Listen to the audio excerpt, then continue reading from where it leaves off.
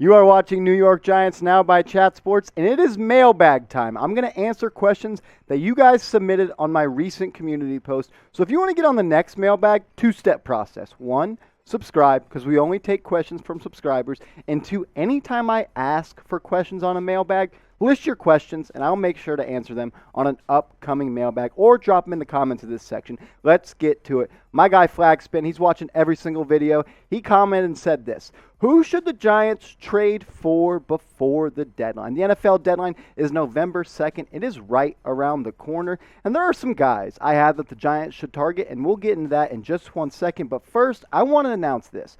The Giants, they should be sellers at the upcoming NFL trade deadline. When you're sitting at a record that the Giants are sitting at, it's an uphill battle to make the playoffs. And they have a lot of players that they could sell and get assets back for. Maybe a guy like Dexter Lawrence, or maybe a guy like Jabril Peppers. There's some guys on this team, Evan Ingram, Darius Slayton, also two guys I've talked about before. I think those four guys will garner trade interest across the NFL, and I would at least be taking phone calls and making phone calls about those four guys. But three guys that I think the Giants could target. There's been reports that the Giants have been making calls, engaging the cornerback market across the NFL. And I think the number one cornerback guy that they could target, and things I've been hearing and talking to people about, is Kyle Fuller. He hasn't produced the way that the Denver Broncos thought that he would after signing him in free agency this past offseason. Also, I have Mack Wilson on this list, the Cleveland Browns linebacker. He's recently lost his starting spot, but he's still a good football player, and there's been rumors that he's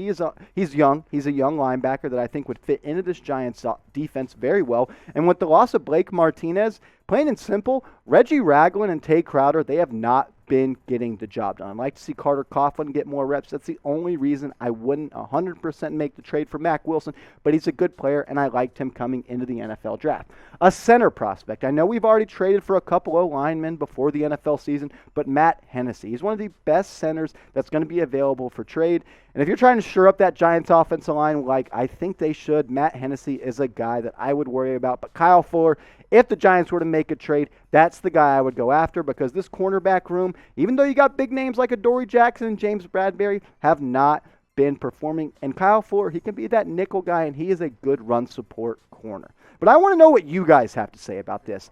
I just said I think the Giants should be sellers because it's an uphill climb to make the playoffs, but this will be the pinned comment. So if you can hit with an ad break, go down and answer this question. Should the Giants be buyers or seller at the NFL trade deadline? If you think they should be buyers, type B, or if you think they should be sellers, type S. This next question coming in from, I'm going to be honest, brother, get in the comments and let me know what to call you, because right now I just see a semicolon and a winky face. But thank you for the question. You asked, could Joe Judge be fired? Good question. There's been a lot of talk about this. We've hit about this on the channel a couple times. And look, I don't think Joe Judge will be fired after just 2 seasons with the New York Giants, but I wouldn't be surprised. John Mara, he voiced before this season that it is win now for the New York Giants. They spent a lot of money in the offseason. Kenny Golladay, Leonard Williams, Adoree Jackson, they spent a lot of money, and the hope was to win now and win with Joe Judge. I think they'll give him another chance, but when you start your NFL career coaching the Giants at 7-14, the rumors are going to pop up. This New York media, they're tough, and they're going to put the pressure on you. And when you haven't succeeded like Joe Judge has, the hot seats, it's going to get hot, and the rumors are going to start to go out there. If Joe Judge were to get fired, which, like I said, I don't think will happen after just 2 years, these are 3 guys that I would like to see the Giants target. Joe Brady, the offensive coordinator for the Carolina Panthers, the former offensive coordinator for the LSU Tigers when Joe Burrow was there and brought them a national championship. I really like what he does schematically on the offensive side of the ball. I think he's really innovative, and I think he could really help Daniel Jones. Like all of these guys on these lists, these are all offensive coordinators. I'm done with having coaches that aren't offensive guys. I know we tried it with Pat Shurmur, but he's an old guy. I want a young guy. Byron Leftwich, someone that I think is going to be an NFL head coach very, very soon. I like what he's done with this Tampa Bay offense. He changed his offense to fit Tom Brady, and I think the number one rule as a coach is to change your game plan to fit the people and the personnel you have in your offense. Tampa Bay used to be an offense that took shot after shot downfield with Jameis Winston, and now with Tom Brady, They are a multifunctional offense. I really like what Leftwich has done with that offense. And then Brian Dable. What needs to be said, it really does need to be said because the Josh Allen turnaround has been absolutely crazy. And he has gone from a passer that used to not be able to complete 60% of his passes to being one of the best quarterbacks in the NFL and will be a top 5 quarterback for a long, long time to come. I really like what Dable has done with that offense surrounding and developing Josh Allen. And guys, make sure you're subscribed because if Joe Judge gets fired, we will have a video within minutes with more Joe Judge replacements. There's a reason to subscribe to this channel, and that's because we're doing what no other New York Giants YouTube channel is doing. We're putting out daily free videos on the latest Giants news, rumors, trade rumors, anything Giants related, we're putting a video out, and I'm trying to get to 3,000 subscribers. We gained over 800 in the last month, and I'm really excited about that, and that's from you guys. So thank you. I really appreciate everybody that subscribed. Let's keep the mojo going. Let's get this channel to being the biggest New York Giants YouTube channel there is. This next question coming in from Michael Zero. I'm guessing that's how I should say that last name. His question, should the Giants get a top 10 pick in next year's draft? What position should be the target? Hashtag win, lose, or draw. I like that hashtag. Pretty creative. For me, it's got to be either an offensive lineman. I mean, who knows if they'll actually do that. If Dave Gettleman is the GM, I doubt it. Or an edge rusher. Those are the two biggest weaknesses on this Giants roster right now by head and shoulders. It's not even close. These are some offensive line targets that I think they could look at in the upcoming NFL draft. Evan Neal, he's an offensive tackle out of best offensive tackle in the draft. Tyler Lindenberg, he's a center out of Iowa. I spoke with our draft expert, Tom Downey, here at Chat Sports, and he called him the Quentin Nelson of centers, a can't-miss prospect. I don't know if Nick Gates is going to be able to come back from that gruesome injury. I'm holding out hope because I love Nick Gates, but I'm unsure. Tyler, he's a can't-miss prospect. Kenyon Green, a big athletic interior offensive lineman out of Texas A&M. He's a really good run blocker. And then Sean Rythen. I'm honestly not sure how you say his name. I like his game. He's an athletic tackle as well. But if I had to choose one, I would go with Tyler Lindenbaum because the Giants, they lack interior offensive line strength. And I think Matt Peart, if he gets the reps, can be a solid right tackle in the NFL. Now to the edges. I think it's Aiden Hutchinson is the best edge rusher in this draft. He's been getting comparisons to guys like Max Crosby and Everson Griffin, a really athletic edge guy that's not only good in the pass rush side of things, but he's also an edge setter, which is something the Giants are really struggling with this year. Tom Downey, he told me that he has one of the fastest first steps to come in this draft for an edge guy, so I really like him. Kingsley, I like him as well. He's more of a project type of guy. He's a big athletic long pass rusher. And Drake Jackson, he's a sleeper, which Tom Downey told me. Not a lot of guys watch Pac-12 after dark, but I like him as well. And Adam Anderson, I think he also could be in the mix. But if I had to choose one of these guys to be a New York Giant, it would be Aiden Hutchinson. I really like what he does as an all-around football player. But make your pick. Get in the comments. Be the judge, be the GM of the New York Giants. Target what position in round 1 of the NFL draft. If you want the Giants to draft an offensive lineman in the upcoming 2022 NFL draft, type OL. If you want them to get an edge rusher or a pass rusher, go down and type edge. If you want to win some money, and some free money, because that's what BetUS is given, go to chatsports.com/bet and use the promo code CHAT125. They will give you a 125% deposit bonus, meaning if you deposit $100, you will have $225 in your account to bet with. Me, I've been hot all NFL season. This week, I'm staying away from the Giants because I love to bet on the Giants.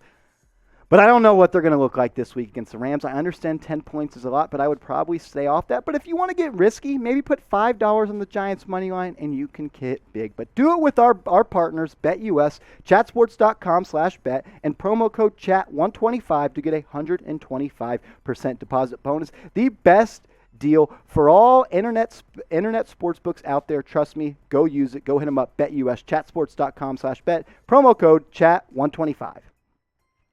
This question coming in from Skip Bayless. Why did that overpaid Giants defense give up 300 yards passing and 200 yards rushing? Because they're not good. There's a bunch of frauds on this Giants defense, and it sucks because I like a lot of guys on this Giants defense. Last year, these guys that you're now seeing on screen played like absolute ballers. They're the reason this Giants defense last year was a top 10 unit. This year, their lack of production is why. I mean, that the number you see right under the players' names, that's where they rank according to PFF among players at their position, meaning Leonard Williams, he is the 17th best edge DT guy among all across the NFL according to PFF, and we just need to see more from all of these guys. I'm still waiting for Adoree Jackson to make his first play for the New York Giants. Maybe that happens this weekend against the Los Angeles Rams. Logan Ryan, he has not been the guy that the New York Giants gave an extension to last year after signing him just days before the 2020 NFL season. He has been absolutely terrible. He is ranked one of the worst safeties in the NFL. James Bradbury, he's been a fraction of the player he was last year. He was one of the best corners in the NFL last year. This year, he is just an average corner at best. And Dexter Lawrence. I like Dexter Lawrence. I think he's a big body, but when you're just a two-down player, because he doesn't really get it on third downs, he doesn't really offer that much pass rush ability, it's tough to keep him on the field. And when the Giants' run defense is as bad as it is, it points to guys like Dexter Lawrence, and Leonard Williams. All five of these guys, they need to step up if this Giants defense wants to get back to being a premier defense. Call them out. Be honest. Get in the comments and be active for me, fellas. Who is the biggest Giants disappointment on defense this season? For me, it'd have to be Logan Ryan, because coming out of last year, the Giants gave him a 3-year, $30 million extension, and he has not been that player, and he has not earned the money. He was one of the best safeties in the NFL last year, and this year he has been one of the worst. He's supposed to be a captain for this team, and he is not playing like so. But get your votes in. Mine is Logan Ryan. Get yours in the comments right now.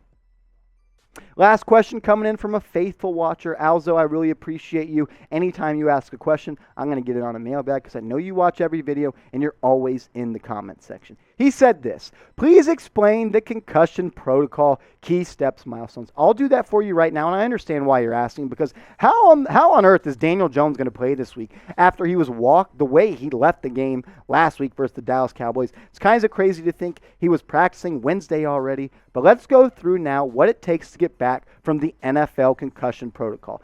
Phase 1, the player is prescribed rest, limiting or, if necessary, avoiding activities, both physical and cognitive, which increase or aggravate symptoms. Under athletic training staff supervision, limiting stretching and balance training can be introduced. Progressing to light aerobic exercise, all as tolerated. Phase 2.